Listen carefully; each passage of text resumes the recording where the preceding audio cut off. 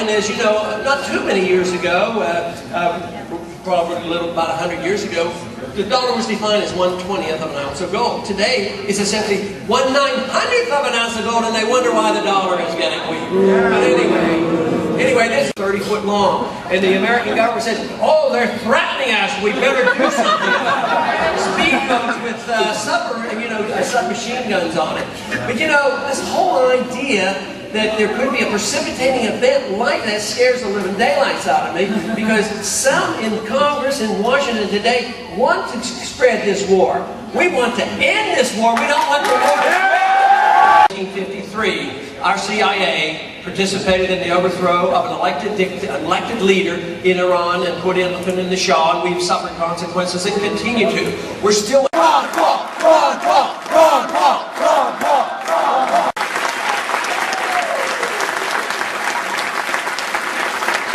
all the campaigns and all the elections, and we will continue to do better, and we will continue this fight. We have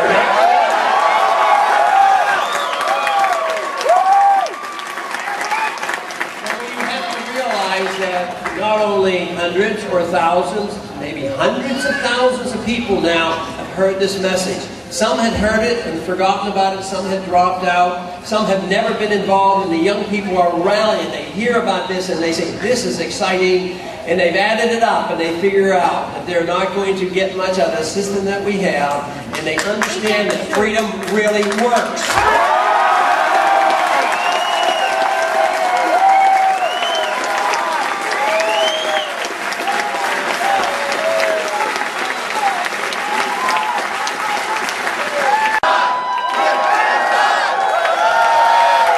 Destruction of liberty. And this is what we've been doing systematically. So tragically, the young generation, your generation, has inherited a mess created not by your fault. And yet, the spirit of liberty still exists. I think so often about how one must have felt if they were born at the time of the Russian Revolution and grew up with the Russian Revolution. And what would happen? Would the spirit of liberty remain in our hearts?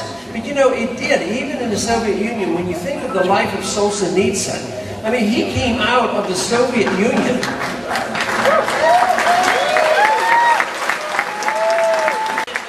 in the Constitution that is designed to restrain the peaceful activities of the people.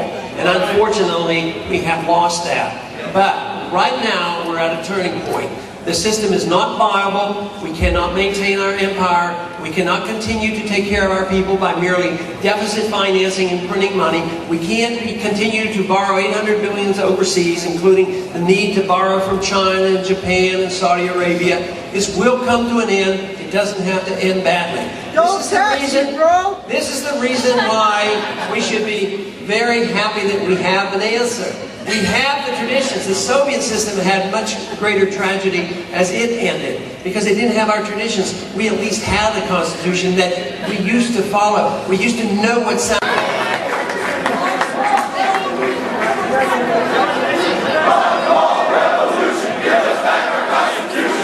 Things are wrapping up here at the after party in Concord, New Hampshire.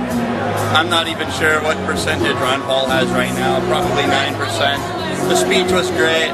Everybody's going to keep on going, and we hope you support us.